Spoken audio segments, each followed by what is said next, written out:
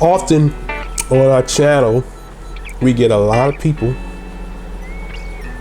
who, especially Christians and primarily Christians, because there's a new movement now called Christian Hebrews. A new movement called Christian Hebrews. And so they are under the belief that we are under the New Testament and we don't have to obey the old covenant. That's the old covenant. We're under the new covenant now, right? So we're going to address that first and foremost. What I want to share is there are 1, 2, 3, 4, 5, 6, 7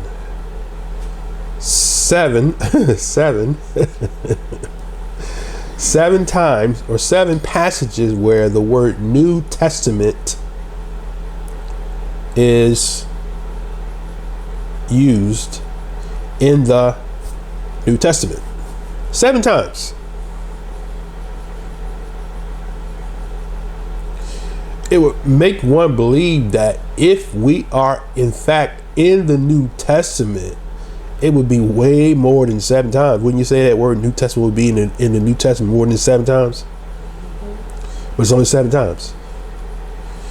It's 1 time in Matthew's, 1 time in Mark, 1 time in Luke, 1 time in 1 Corinthians, 1 time in 2 Corinthians, and 1 time in Hebrews. That's 7 times that the word New Testament is used in the New Testament. Go figure that one. So the first time we see the phrase New Testament is found in Matthew 26 and 28. Right?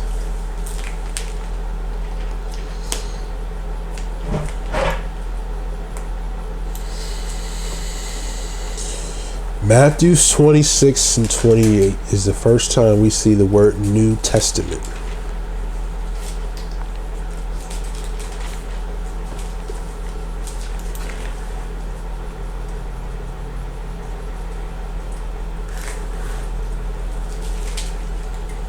And what does that say?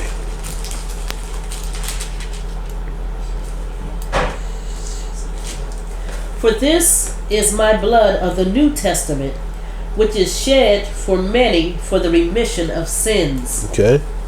So the Messiah said, let me help you to understand. The Messiah said, we are in the New Testament. Isn't that what he said? He said we are in the New Testament, right? Isn't that what he said? This is my blood of the New Testament. So he said, this is my blood of the New Testament. So he didn't say we are in the New Testament. He said this is my blood. So when he say this is my blood, it's like, I'll give you an analogy. It's like if I was going to give you a car, right? I say, here is the key to the car. You got the key. The blood is the key to the New Testament, right? But without the car, the keys don't work, because you need the car for the keys to go into the car to start the car so you can get in the car and drive, right? Yahshua gave us the key to the New Testament, which is his blood. That's why he said, this is my blood of the New Testament. This is the key. Okay. Now let's go to Mark 14, because he gonna make it plain in the next passage. Mark 24. We're going to read Mark 24, 14 and 26 through Mark 14 and 24 through 26. And it's going to make sense. All right, go ahead and read that. And he said unto them, this is my blood of the New Testament, which is shed for many. Okay. Verily I say unto you, I will drink no more of the fruit of the vine until that day that I have drink it new in the kingdom of Yah. Aha. See that? Now, what did we learn from reading that? He's not going to drink it new until the kingdom of Yah. So in other words, what did Yahshua do? He gave him a sneak preview of the new covenant. He told him, this is the key. My blood is the key, right? It is the blood of the New Testament. That's all he was saying. He wasn't saying we're in the New Testament and then to put the nail in the coffin. He said, I'm not going to drink it with you anew until the kingdom. So the New Testament doesn't go into effect until the kingdom age. That's not hard to understand, is it? All right. Now, somebody saying, well, brother, what about these other places? Okay, we're going to deal with that in a minute. Let's go to Luke 22 and 20.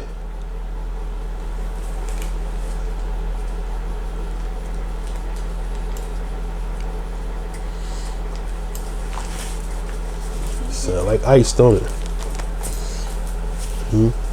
It sound like hell, don't it? Okay, Luke 22 and 20. Alrighty. Likewise also the cup after supper, saying, this cup is the New Testament in my blood, which is shed for you. Go ahead. But behold, the hand of him that betrayeth me is with me on the table. And truly the Son of Man goeth as it was determined, but woe unto that man by whom he is betrayed. Okay. So immediately after he told them that this is the blood of the new covenant, he talked about somebody betraying somebody.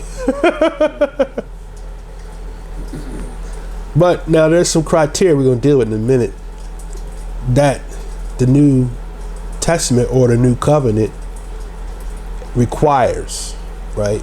That right there shows you right then that he was not saying we're in the New Testament, because you got somebody that's going to betray him right after he told them that this is the blood of the New Testament. In other words, what he's saying, y'all ain't ready. I'm ready, but y'all ain't ready. All right. Now we're gonna go to the next place. Let's go to 1 Corinthians 11:25. This is Shaul. He's just basically repeating the same thing that the Messiah told the disciples. Right? How did he know? He didn't get discernment and, oh, Spirit showed me. No. The disciples told him. This is how he knew. After the same manner also he took the cup when he had supped, saying, this cup is the New Testament in my blood. This do ye as oft as ye drink it in remembrance of me. See that? So now he said, not only did he say the blood, but the cup is the New Testament. So people have taken that to mean that communion is the New Testament. But that's not what the Messiah was saying, because we already showed you in Mark where the Messiah said, I'm not going to drink it with you anew until we get into the kingdom. Okay. Now let's move to the next verse. We went through 1, 2, 3, 4. I said it was 7. So we got 3 more left. Let's go to 2 Corinthians chapter 3.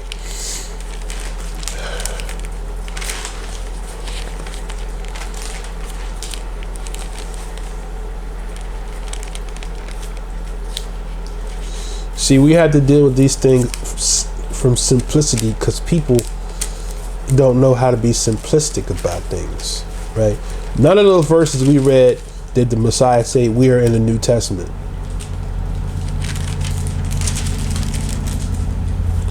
Okay. 2 Corinthians chapter 3. Let's start at verse 1.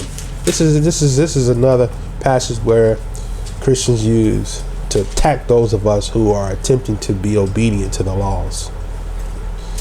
Do we begin again to commend ourselves, or need we, as some others, epistles of commendation to you, or letters of commandments, or letters of commendation from you?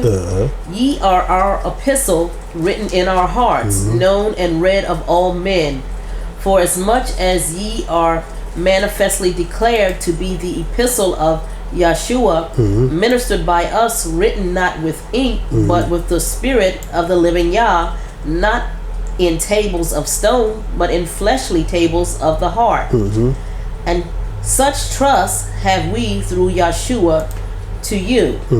Not that we are sufficient of ourselves to think anything as of ourselves, but our sufficiency is of Yah, who also have made us able ministers of the New Testament, not of the letter, but of the Ruach.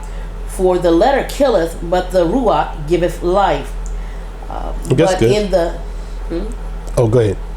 But if the ministration of death, written and engraven in stones, was glorious, so that the children of Israel could not steadfastly behold the face of Moshe for the glory of his countenance, which glory was to be done away, how shall not the ministration of the Spirit be rather glorious?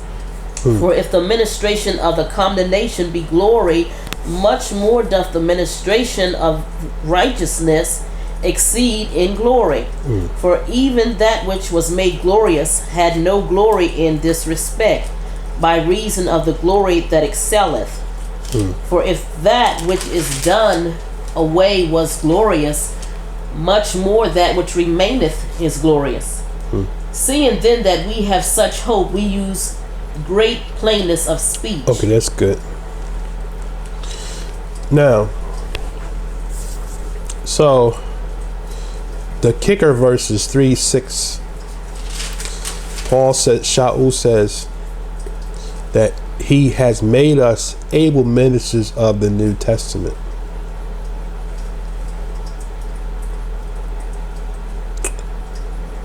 That's a contradiction, I believe, because we're going to show you in a minute when we go to the next verse why I said that's a contradiction, that he made him a minister of the new covenant.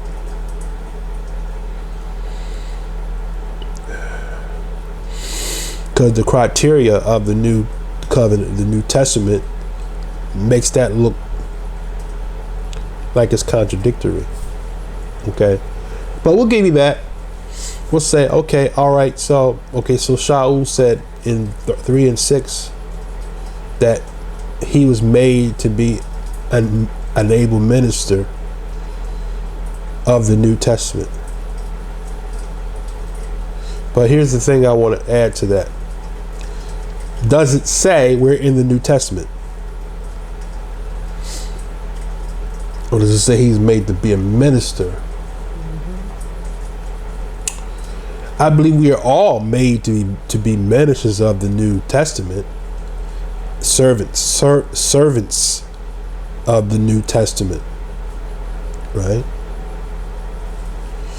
And the reason why, let's just look at what he says here before I move to the next verse. Let's exegete this, right? He says, who also have made us able ministers. He's made us able ministers. So how did he make us able? By the blood of the new covenant. Because when he reinstated us back to the position that the first Adam had, which was at the state of innocence. That's what Yahshua did. It's called the exchange. It's called, I learned this in Christianity. This is one teaching that Christianity got is right. I'm gonna give him credit for that. It's called the original sin. Right? Yahshua died for sin. Remember when Yochanan was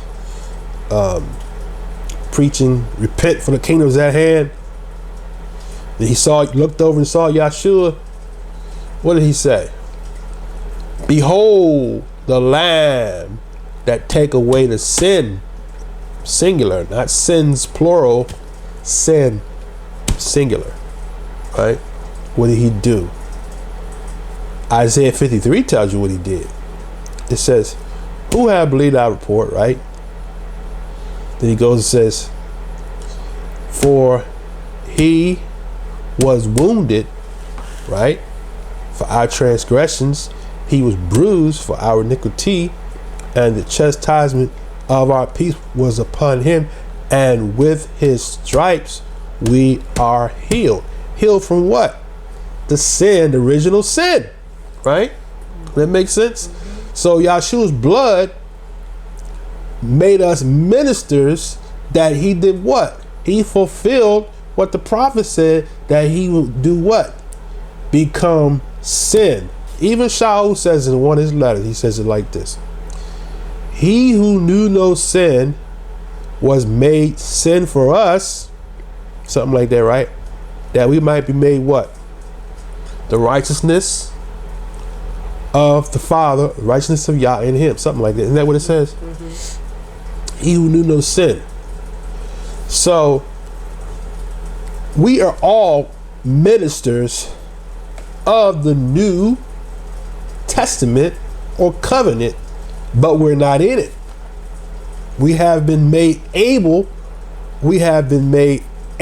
ministers by what Yahshua did. Right? It's a spiritual thing that happened. But the New Testament that he's talking about is not saying you're not under the law. The New Testament he's talking about is the wages of sin is death, right? John says it this way, John 3:16. For Yah so loved the world that he gave his only begotten Son, that whosoever will believe in him should not perish, but have everlasting life. So Yahshua paid for the original sin. Now going forward, we have to not eat of the tree of the knowledge of good and evil, which is disobedience. Right? So we all are ministers of the New Testament, right? But we're not in it, like we shared with the other. And we're gonna show you, right, in the next passage. All I just said, I just explained to you what the writer said in the next passage. So let's go to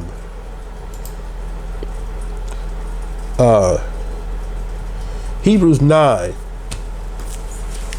This gonna put the nail in the coffin, right?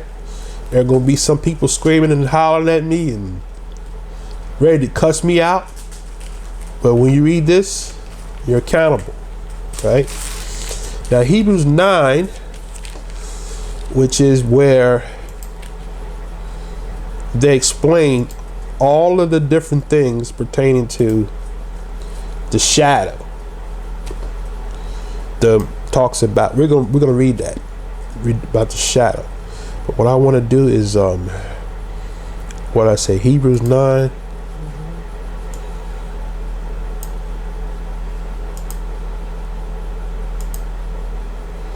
I want to set myself up for failure. So what I'm going to do, I'm going to start at verse 11. So I can prove that I'm wrong. So you can say, see, we in the New Testament, brother. We in the New Covenant. I'm going to prove myself wrong and I'm going to prove myself right, okay? All right, Hebrews 9:11. Go ahead. But Yahshua, being come an high priest of good things to come, by a greater and more perfect tabernacle, not made with hands, that is to say, not of this building, neither by the blood of goats and calves, but by his own blood, he entered in once into the holy place, having obtained eternal redemption for us. For if the blood of bulls and of goats and the ashes of an heifer sprinkling the unclean sanctifieth to the purifying of the flesh, how much more shall the blood of Yahshua, who through the eternal Ruach offered himself without spot to Yah, purge your conscience from dead works to serve the living Elohim. And for this cause he is the mediator of the New Testament, that by means of death for the redemption of the transgressions that were under the first testament, that they which are called might receive the promise of eternal inheritance. For where a testament is, there must also of necessity be the death of the testator. For a testament is of force after men are dead. Otherwise it is of no strength at all while the testator liveth. Whereupon neither the first testament, which dedicated without blood, for when Moshe had spoken every precept to all the people according to the law, he took the blood of calves and of goats with water and scarlet wool and hyssop, and sprinkled both the book and all the people, saying, This is the blood of the testament which Yah hath enjoined unto you. Moreover, he sprinkled with blood both the tabernacle and all the vessels of the ministry. And almost all things are by the law purged with blood, and without shedding of blood is no remission. It was therefore necessary that the patterns of things in the heavens should be purified with these, but the heavenly things themselves with better sacrifices than these. For Yahshua is not entered into the holy places made with hands, which are the figures of the true, but into heaven itself, now to appear in the presence of Yah for us. Nor yet that he should offer himself often, as the high priest entereth into the holy place every year with blood of others.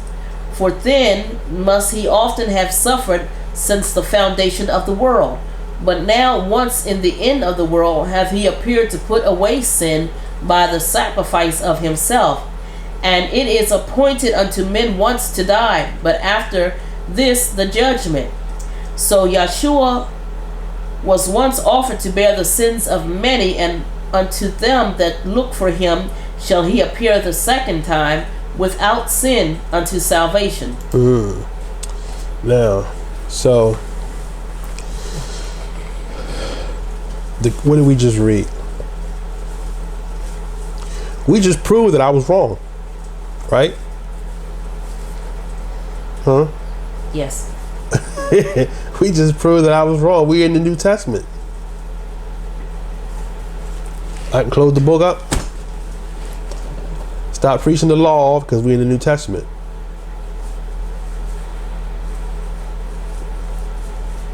Because all that we read is saying the old is done away with. That's what we just read, right? Now, let's exegete this. All right. I started at 11 for a reason, because 15 is the key verse. But if we look back at 11, it says the Messiah has become the high priest of good things. Now, when you understand the law, then you understand the function of the high priest. The function of the high priest, and all Israelites knew that the sacrifices was never to take away sin. It was to forgive sin. It's a difference between taking away sin and forgiving sin. The initial sin of man needed to be taken away. But every sin after that has to be confessed, right? And repented of. We learned that in church. When I was a kid, they said if you die in your sins, you go into hell. In the New Testament. Even though we say by grace, not by works, but if you died in your sins, if you had unrepentant sin, you was going to die and go to hell. That's what they taught.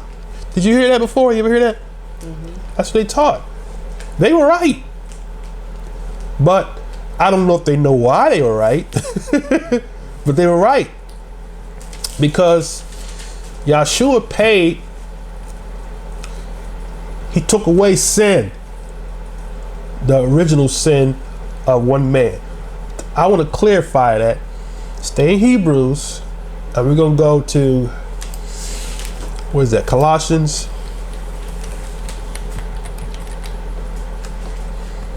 Romans. It's Romans 5. Okay? And we're going to explain this so that anybody that uses Hebrews 9 will understand that when he said he did away with the old, right, what he's talking about, okay? And the old he did away, he's not talking about the law pertaining to the code of ethics, the moral laws, or the royal laws.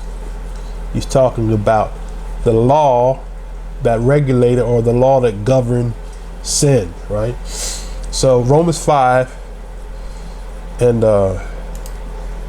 start at 10. For if, when we were enemies, we were reconciled to Yah by the death of his son, much more being reconciled, we shall be saved by his life. And not only so, but we also joy in Yah through our Messiah, by whom we have now received the atonement. Oh, see that? We're talking about atonement. Okay, so in the law, atonement, the sacrifices was not to take away sin, they was only to atone for forgiveness. Not to take away the sin, but to atone for the forgiveness, right, until a later date. Okay, so go ahead. Wherefore, as by one man sin entered into the world, and death by sin, and so death passed upon all men, for that all have sinned. So by one man, sin entered into the world, all became sinners, inherited by our father Adam, which is called the initial sin. So everybody was born in sin. Okay, go ahead. For until the law, sin was in the world, but sin is not imputed where there is no law. Nevertheless, death reigned from Adam to Moshe, even over them that had not sinned after the similitude of Adam's transgression, who is the figure of him that was to come. Okay, now let's explain this here.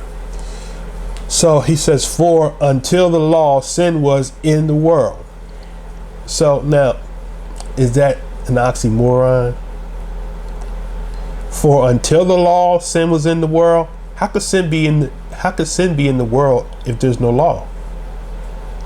Right?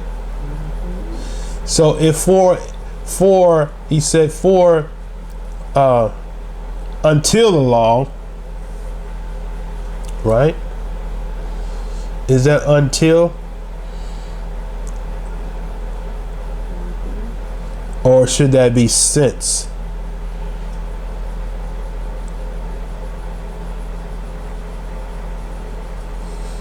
For until the law, sin was in the world. I don't know if that's proper. How would sin be in the world if there was no law? But he says, but sin is not imputed where there is no law. Okay.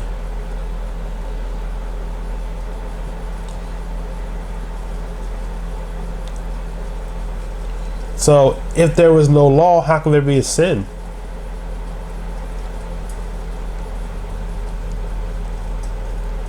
by definition of sin, if Adam sinned, then by default, we're all in sin, right? Because even though Adam disobeyed, the law of birth by our father made us a natural sinner, right? We were born in sin, shaping in iniquity. Okay? So we inherited sin, in other words. So until the law, sin was in the world, but sin is not imputed where there is no law. I think that's a bad translation. Let's see what the Bible in basic English says. Because till the law came, sin was in existence. Okay, now what I'm going to do for you is I'm going to submit this, right? What they're saying is until the writing of the law in a written form. Because law is whatever the Most High speaks is law. It don't have to be written down. Because the Most High told Israel, he said, man shall not live by bread alone, but by every word that proceeds out of his mouth. Whenever the Most High says it, it's law, whether it's written down or not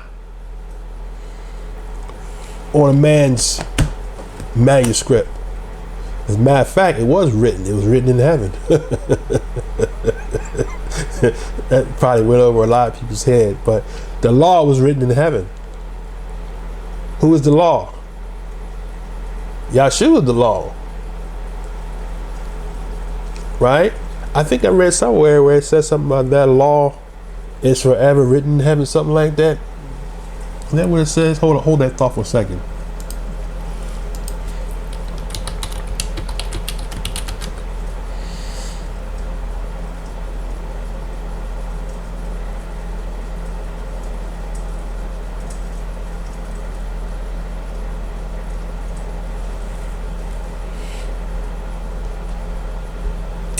Okay, I'll pass on that, but I'm sure I might have reworded it, but it's in there. Maybe not in that exact wording, but I see some things that are close to it. I want to deal with that. So let's keep going forward. Okay, so until the law came, sin was in existence. I don't want to get stuck on that, but the law always was. But what they're trying to say is until the law came in written form where man could see it, right? Sin is not put on the account of anyone where there is no law to be broken. But that's contradictory, because I can go to Romans 1 and show you where Paul himself said that they did have the law. Let's do that right quick. Okay, let's go to Romans 1.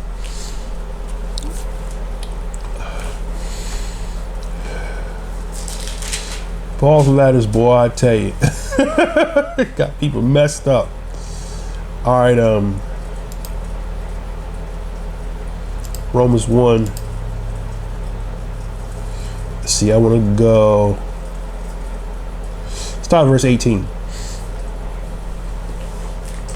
For the wrath of Yah is revealed from heaven against all unrighteousness and unrighteous men who hold the truth in unrighteousness. I read that wrong again. Mm-hmm. For the wrath of Yah is revealed from heaven against all unrighteousness and unrighteousness of men who hold the truth in unrighteousness. So wait a minute, hold on. How can they hold the truth in unrighteousness if they don't have it? Okay, go ahead. Because that which may be known of Yah is manifest in them, for Yah hath showed it unto them. For the invisible things of him from the creation of the world are clearly seen, being understood by the things that are made, even his eternal power and might, so that they are without excuse. because that when they knew Yah, they glorified him not as Yah, neither were thankful, but became vain in their imaginations, and their foolish heart was darkened. Professing themselves to be wise, they became fools, and changed the glory of the uncorruptible Yah into an image made like the corruptible man, and to birds, and four-footed beasts, and creeping things. Wherefore Yah also gave them up to uncleanness through the lust of their own hearts, to dishonor their own bodies between themselves, who changed the truth of Yah into a lie, and worshipped and served the creature more than the Creator, who is blessed forever. For this cause Yah gave them up unto vile affections, for even their women did change the natural use into that which is against nature. And likewise also the men, leaving the natural use of the woman, burn in their lust one toward another, men with men, working that which is unseemly, and receiving in themselves that recompense of their error which was meet. And even as they did not like to retain Yah in their knowledge, Yah gave them over to a reprobate mind to do those things which are not convenient, being filled with all unrighteousness, fornication, wickedness, covetousness, maliciousness, full of envy, murder, debate, deceit, malignity, whisperers, backbiters, haters of Yah, despiteful, proud, boasters, inventors of evil things, disobedient to parents, without understanding, covenant breakers, without natural affection, implacable, unmerciful, who knowing the judgments of Yah, that they which commit such things are worthy of death, not only do the same, but have pleasure in them that do them. So now verse 32, read that again. Read verse 32 again. For knowing the judgment of Yah, that they which commit such things are worthy of death, not only do the same, but have pleasure in them that do them. So how would they know the judgment of Yah if there was no law? Right? So they had the law. And we read in the pseudepigrapha today that Noah had the law. They offered sacrifices in the whole 9 yards. They kept the feast days, they kept the new moons and all of that in the book of Jubilees. So what is our beloved brother Shaul saying in chapter 5? That for until the law, I'm going to give him this benefit. He's not saying until the law was given, but he's saying until the law was written down, because I believe they was given the law verbally, right? We read in the pseudepigrapha that was one of the sons, who was it? Enoch? Yeah, was the first one to write. Did we read that earlier? Was it Enoch or Enos? Enoch, because he wrote the book of Enoch. Oh, you're right. He was the first one to write down writings, but they knew the law. It wasn't written down. That's why Shaul said there the law was in their conscience, right? But the Most High gave them up and over to a reprobated mind. Who's he talking about? The people in Noah's day. They knew the law. So now, if we go back to Romans 5, prayerfully now, we should change the translation. Should be changed to say, because until the law was written in stone, right? But then the second half of that is backwards, because it says the sin is not imputed where there is no law, which is contradictory, because if they had a law, why would the Most High, here's the question you gotta ask yourself, why would he cause a flood to come and drown the whole world if they didn't have a law? That wouldn't have been just and fair, right? So they had to have something to be measured by. The Most High is not unfair. He gonna judge the people without giving them a warning.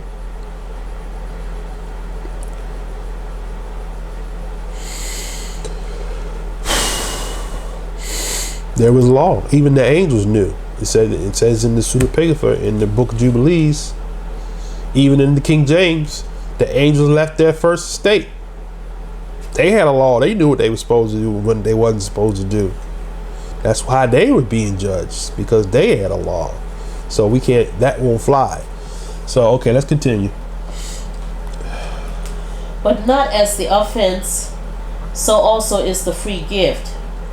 For if through the offense of one many be dead, much more the grace of Yah and the gift by grace, which is by one man, Yahshua HaMashiach, hath abounded unto many.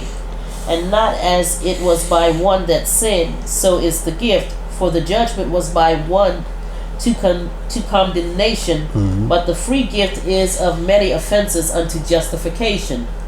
For if by one man's offense death reigned by one, much more they which receive abundance of grace and of the gift of righteousness shall reign in life by one, Yahshua. That's it. So that's good.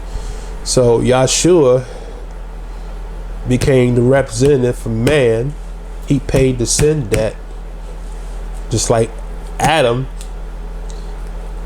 gave us the sin debt. Yahshua paid the sin debt. That's what he did. That's why it says he's the mediator. Now, so let's go back to Romans 9, because it says in Romans 9 that Yahshua was the mediator of the New Testament. Isn't that what it said?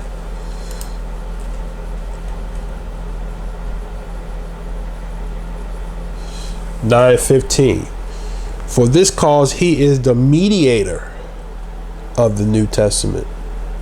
What's a mediator? The one that stands between, right? It's like the bridge from one to the next, the median, right? That's turning point. That's what he's saying. Yahshua is the mediator of the New Testament. Didn't say we're in it. He's the mediator.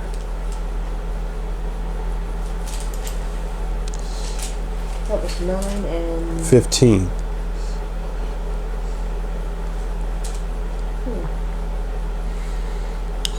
Hebrews.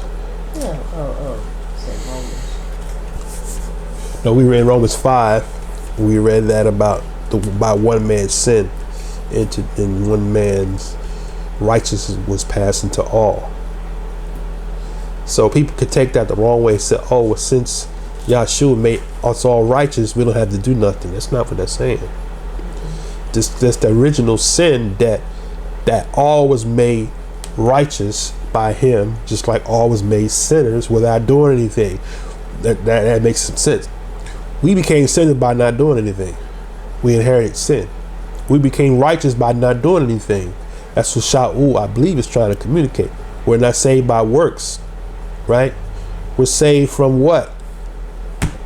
The sin debt, death, right? He put us back into the place of innocence. See that? Now, in Hebrews 9, you get stopped up. You get stopped up here? Something's in the air. Huh? So 11, let's go back. Hebrews 9:11 says, Yahshua being come the high priest of good things to come by a greater and more perfect tabernacle, not made with hands, that is to say, of this building, neither by the blood of goats and calves, but by his own blood he entered once into the holy place, having obtained eternal redemption for us. Right? What holy place did he go into? In heaven. Because if you understand anything about the tabernacle, when the Most High gave Moshe the instruction to build a tabernacle, He told him that the tabernacle was going to be built after the pattern, right? Let's look at that right quick.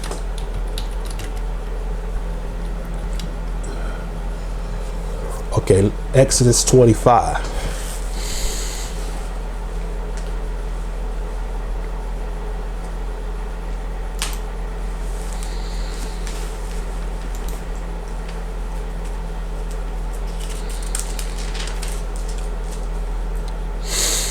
Okay, Exodus 25 and 8 and 9.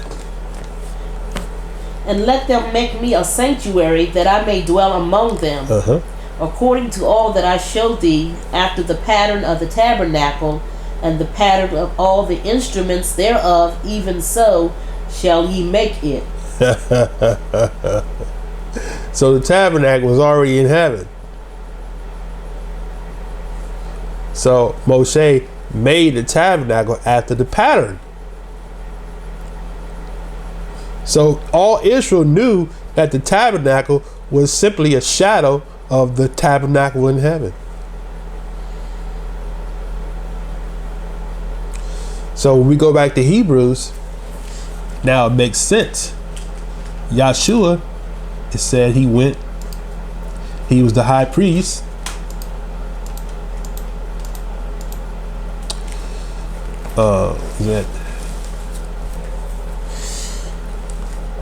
Verse 11, high priest of good things to come by a greater and more perfect tabernacle.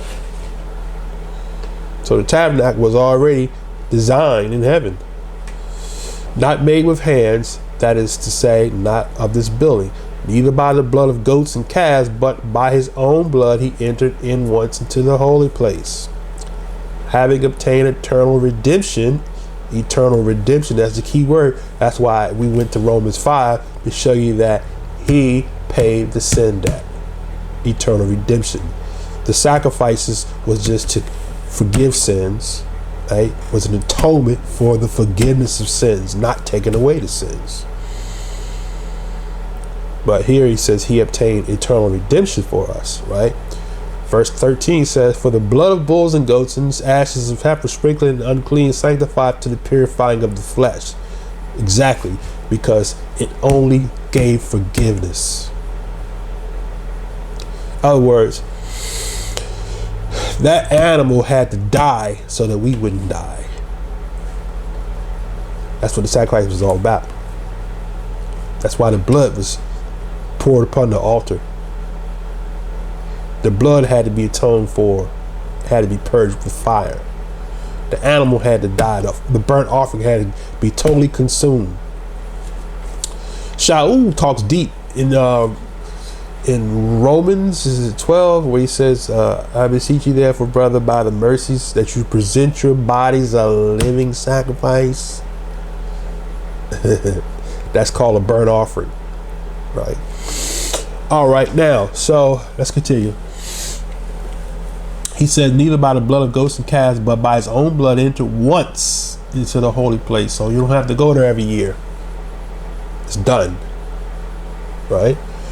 Having obtained eternal redemption for us, for if the blood of bulls and goats and the ashes of heifer sprinkling the unclean sanctify to purify the flesh, how much more shall the blood of the new covenant or the New Testament, through the eternal Spirit, offer himself without spot to Yah, purge your conscience, right? Your mind, the inherited nature of sin from dead works to serve. See, he purged our mind for us to serve. That means you got to do something. Your mind is purged so we can serve. Can't get around it. 15. For this cause, he is the mediator of the New Testament. Now notice, he didn't say you were in it. He said he's the mediator. The New Testament is coming, but he's the mediator of it. His blood is the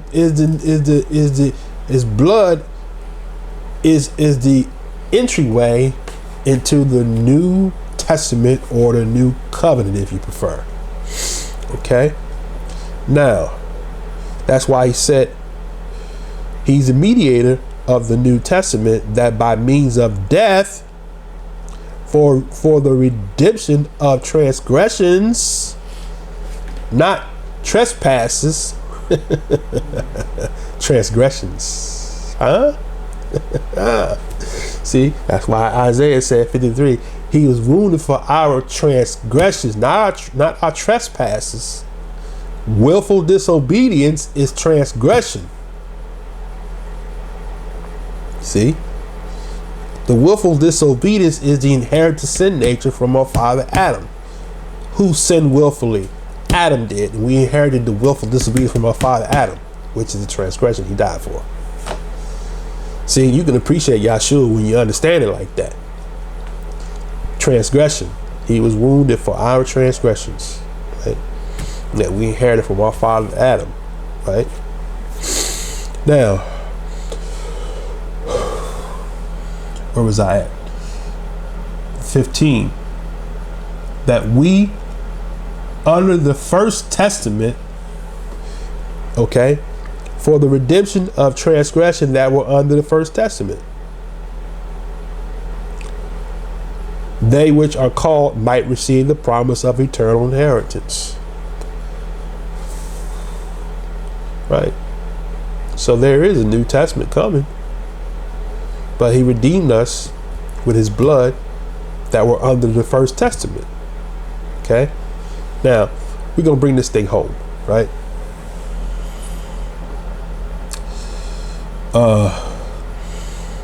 Let's go to Hebrews, the 8th chapter before that, because it's going to make sense, right? So Hebrews 8.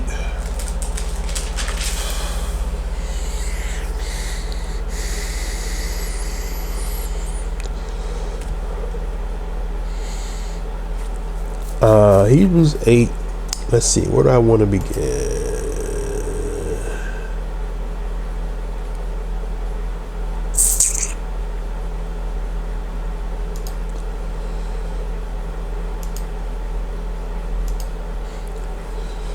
Okay, I want to read.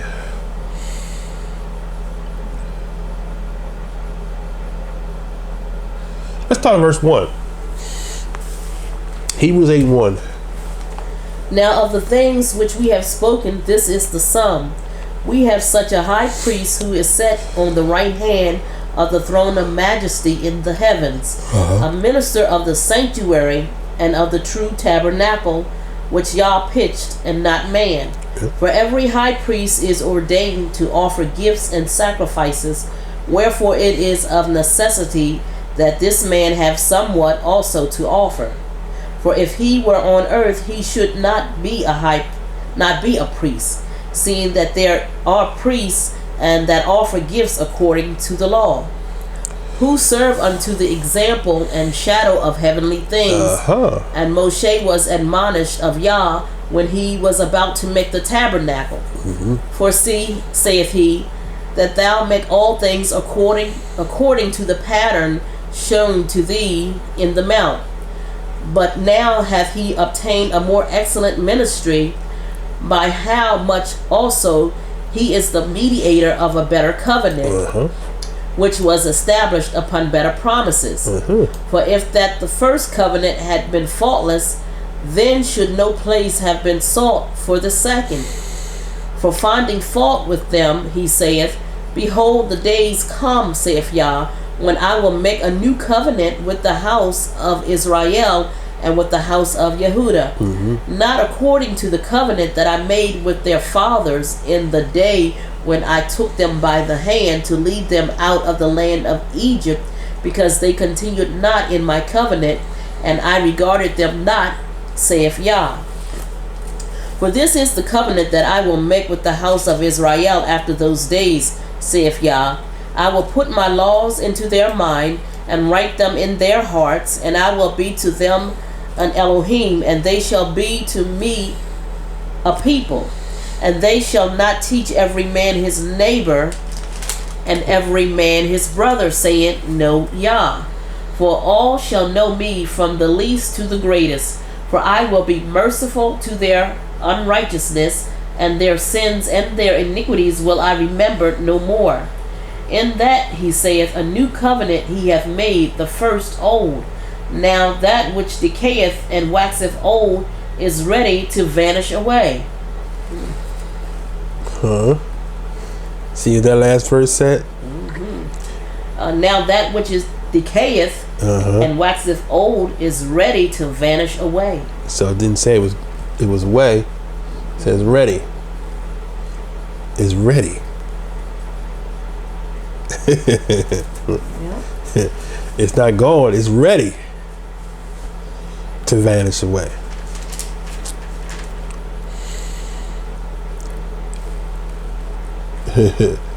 What you gonna do with that?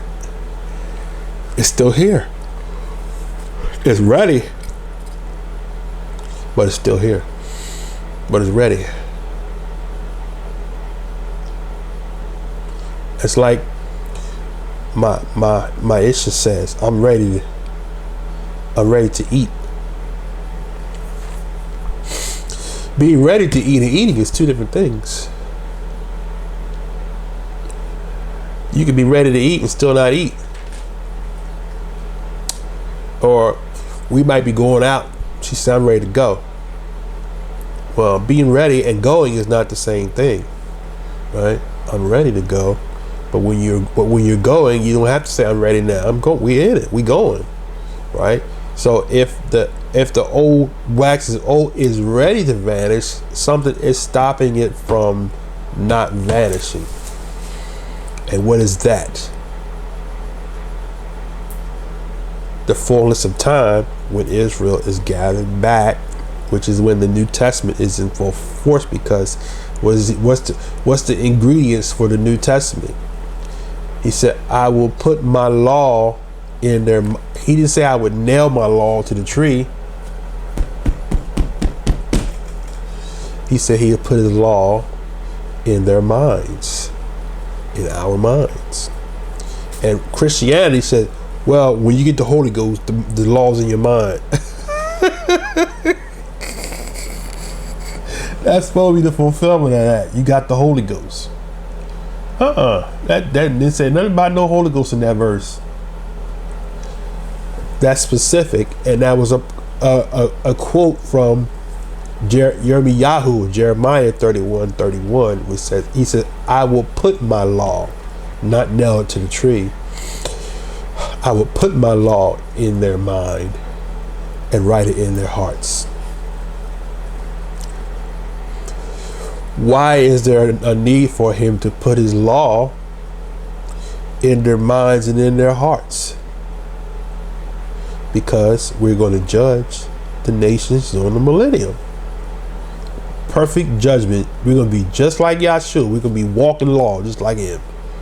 We'll know it all, and we'll judge according to righteous judgment. That's why he said, I'm going to put my laws in their mind. Everybody's not going to be the judgment council. We not in the judicial legislative, but we citizens of the United States, right? But we don't judge. We're not the Supreme Court that pass laws and judgments. There's a specific people that do that. The people that's going to be the Supreme Court and the judicial and the legislative are the Israelites that he promised, that he said that he would put his laws into their mind and into their hearts for the reason of executing judgment with 100% accuracy. That's when we know we're in the New Testament, when those people that he has selected to be in that judgment council is going to have the unlimited knowledge. Right now, then he says, verse 11, they shall not teach every man his neighbor.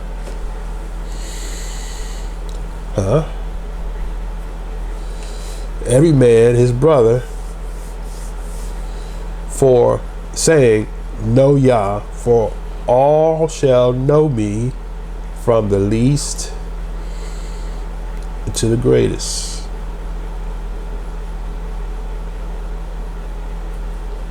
That's the criteria for the New Testament. So we still having teachers. You're still viewing me on YouTube and other teachers, which is proof that we're not in the new covenant. Right? For I will be merciful unto their unrighteousness, and their sins and iniquities will I remember no more. I'm gonna close after this because my nose, I can't take it anymore. Clogged up real bad. I don't know what happened here.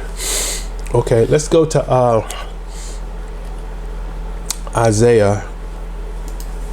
This is the end of that. This is the new covenant. This is the new kingdom. This is the millennium. This is the age of the reign of the Messiah on earth.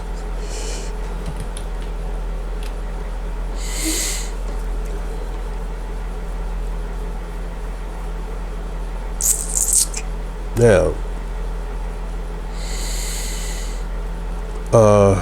Isaiah 2, I believe it is. Wow, man. No, I'm just stopped up. I can't read.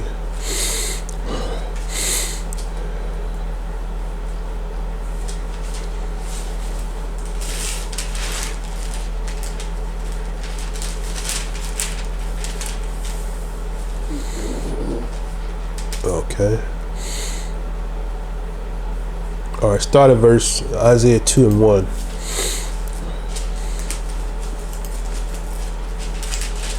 The word that Isaiah the son of Amoz saw concerning Yehuda and Yerushalayim. Okay, stop right there. The word he saw concerning who? Amoz. Concerning Yehuda and Yerushalayim. Mm-hmm. And it shall come to pass in the last days that the mountain of Yah's house shall be established in the top of the mountains, and shall be exalted above the hills, and all nations shall flow unto it. And many people shall go and say, Come ye, and let us go up to the mountain of Yah, to the house of Jacob, and he will teach us of his ways, and we will walk in his paths. For out of Zion shall go forth the law and the word of Yah from Yerushalayim. And he shall judge among the nations, and shall rebuke many people. And they shall beat their swords into plowshares, and their spears into pruning hooks. Nation shall not lift up sword against nation, neither shall they learn war any more. Out of the house of Jacob come ye, and let us walk in the light of Yah. That's good. So, when the Most High said, they shall all know me from the least of them to the greatest, every Israelite will know, will be walking Torah. Even the kids. Because in those days, right,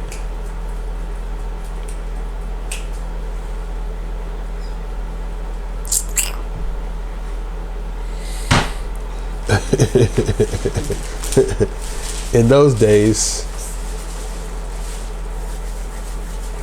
use hand sanitizer, she's telling you. In those days, we just read, the law shall go forth from Jerusalem, and the nations, not Israel, the nations will be judged. Because the Most High said the new covenant is when he's going to put his law. Every Israelite will have the law of the Most High in their minds and in their hearts. They will know the law. The priests will enforce the laws to the nations, where the nations will have to learn the laws of Yah. The laws will be back into force. And those that don't obey the law, he said, verse 4, he shall judge among the nations and shall rebuke many people. And they shall beat their swords and plowshares and spears and the pruning hooks, and nations shall not lift up sword against nation, neither shall they learn war anymore. That's the millennium. That's what we're in the New Testament. Okay? Does that make sense? So, no. We're not in the New Testament. Yahshua's blood is the blood of the New Testament, right? It is the key, but he is the key, because Yahshua is the New Testament, huh? But the new covenant, he said he's going to make with Israel and Yehuda, the house of Israel. The house of Israel is who the covenant's with. Whew. That's all I have. My nose can't take no more. I can't even breathe. But that's all I have for now, and we'll come back and we'll deal with it at a later time. Until next time, shalom, shalom, shalom.